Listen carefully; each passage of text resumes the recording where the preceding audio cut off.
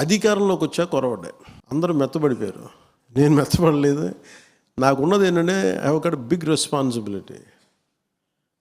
పార్టీని ఎలా నడపాలి, పోనీ చేద్దామంటే ఇది కూర్చొని ఒక 100 మంది మేధావులు కూర్చొని కలిపిన పార్టీ కాదు. నా ఆవేదనో నా కోపమో కింద పడో మీద పడో నలిగి తర్వాత చాలామంది మనోహర్ గారు లాంటి పెద్దలు మీలాంటి పెద్దలు అందరూ వస్తే ఇప్పుడు ఫామ్ అవుతుంది పార్టీ. ఇప్పుడు నేను ఏం కోరుకున్నాను, అధికారం రాకముందు ఉన్నంత బలం అధికారం వచ్చిన తర్వాత ఎవరి కాలం ఇట్లాగా లూజ్గా అయిపోయాం, వదులుగా ఉన్నారు అందరూ. It's a time to come back. పదవి లేకపోతే ఏమేమి చచ్చిపోతామంటే, నేను ఆర్ఎస్ఎస్ కార్యకర్తలను చూస్తాను, కొంతమంది బీజేపీలో వాళ్ళు ప్రధాన కార్యదర్శులుగా చేస్తుంటారు. ఒక ఖద్దరు చొక్కా, చేతికో సంచి, వాళ్ళ పని ఏంటంటే పార్టీ కోసం పనిచేయడం అంతా. వాళ్ళు దేశం కోసం పనిచేసే సంస్థ ఆర్ఎస్ఎస్ అయితే దాని wing, political wing is BJP. దానికోసం వాళ్ళ నుంచి వచ్చే ఒక వ్యవస్థ. వాళ్ళు చూస్తాం, మీరు ఎక్కడ ఉంటారని అడిగితే మేము హోటల్స్లో ఏమన్నా, మాకు ఎవరు ఏ హోటల్స్ ఏమరు, మా కార్యకర్తల ఇళ్ళలో మేము ఉంటాం. We take it forward. They're madly committed about their ideology. ఐడియాలజీతో ఎంతమంది ఏకీపిస్తారు, ఏకీపించారు, దట్స్ ఎ డిఫరెంట్ స్టోరీ. కానీ మనం నేర్చుకోవాల్సింది అది. రాగానే ఎలక్షన్ టైంలో హడావుడి నాకేంటంటే I'm very clear, this party will go on. Very very clear. ఎవరు ఎటు వెళ్ళినా కానీ ఈ పార్టీతో ముందుకెళ్తాం. నాకు క్యాడర్ క్షేమం చాలా ఇంపార్టెంట్ నాకు, ఎందుకంటే జన సైనికులు వీరమహిళ లేకుండా పార్టీ లేదు. కానీ ఇది పదవులకు సంబంధం లేదు, అది నేను చెప్తాను. మనోహర్ గారికి ఏ పదవి ఉందండి అసలు? ఆయన దాన్ని తిట్లు ఇంకెవరు తినలేదు ఈ మధ్యగా మా పార్టీలు ప్రత్యేకంగా. ఏమి చేసినా అది ఆయన పాపాలు పైరులాగే. ఇప్పుడు ఇంకొంతమంది భరిస్తున్నారు. ఇప్పుడు విశాఖ ఉక్కు ఆంధ్రుల హక్కు. ఏ ఆంధ్రుల హక్కు అంటే ఉమ్మడి ఆంధ్రప్రదేశ్ హక్కు ఇది. అంటే ఎందుకు చెప్తున్నానంటే, ఈ పోలీస్ కాల్పులో చనిపోయిన వాళ్ళలో తెలంగాణ జగిత్యాలకు చెందిన సాయిరాం ఏదో ఉందండి, జగిత్యాల అయింది. అంటే ఇది విశాఖ ఉక్కు ఆంధ్రుల హక్కు. It's not just about Andhra, ఇది ఎంటైర్ తెలుగు ప్రైడ్, ఒక ఉమ్మడి ఆంధ్రుల హక్కు ఇది. అలాంటిది ప్రైవేటైజేషన్ జరుగుతున్నప్పుడు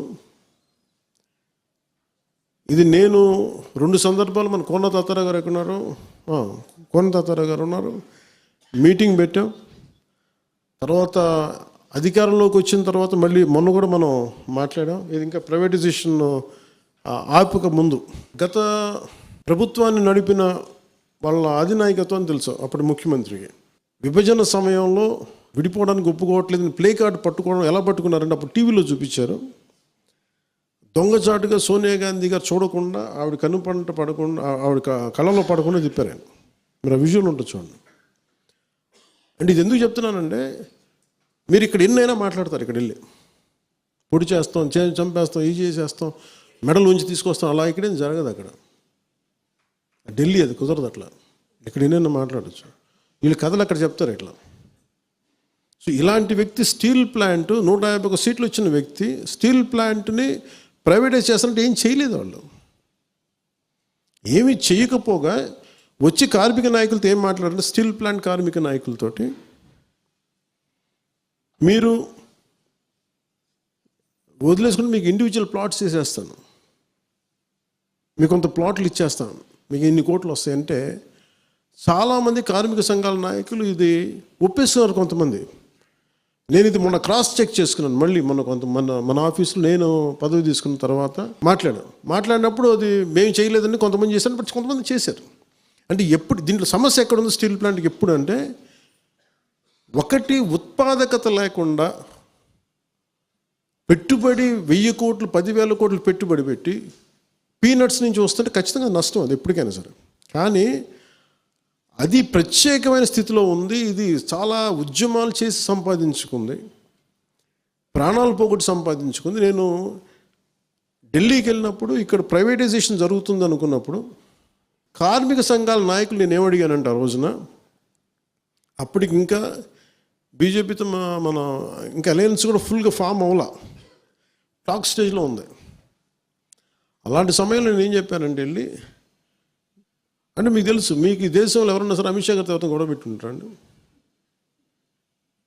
వీళ్ళు అమిత్ షా గారికి నేను ఖచ్చితంగా అభిప్రాయం చెప్పండి. ఎందుకు అభిప్రాయం చెప్పలేరంటే ఆయన భయపెడతారని కాదు. ఆయన అడిగే ప్రశ్న వీళ్ళ దగ్గర సమాధానం ఉండదు. వాళ్ళు ఏం కూర్చోబెట్టి భయపెట్టడం వాళ్ళు బెదిరించడం ఏం చేయరు. ఆయన మీరు నేషనల్ లీడర్షిప్ ఎప్పుడు చాలా క్లియర్గా ఉంటుంది, గుర్తుపెట్టుకున్నా. మనం అనుకుంటే ఇక్కడ కూర్చోబెట్టి చేసి వాళ్ళు ఏమి చేయరు. నీ కూర్చోబెట్టి వాళ్ళు అడిగే లాజికల్ క్వశ్చన్స్కి మన దగ్గర సమాధానం లేకపోతే సమాధానం వీగిపోయి వదిలేస్తాం. వాళ్ళ దగ్గర సమాధానం ఉంది, ఇంత నష్టం లాజికల్